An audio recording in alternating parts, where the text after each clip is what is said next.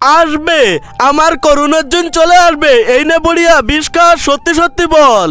ও চলে আসবে, ও চলে আসবে। আরে কোন চলে আসবে? ও তো 10 বছর আগে ঠাকুরজি মেরে দিয়েছে ওকে।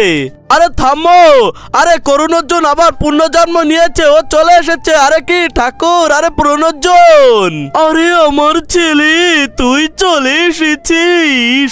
আরে তুই কাছে আয়। আরে চুপ বুড়ি। আরে বেটা করণ, আরে আমি তো কিছু না। আরে বেটা তুই করণ।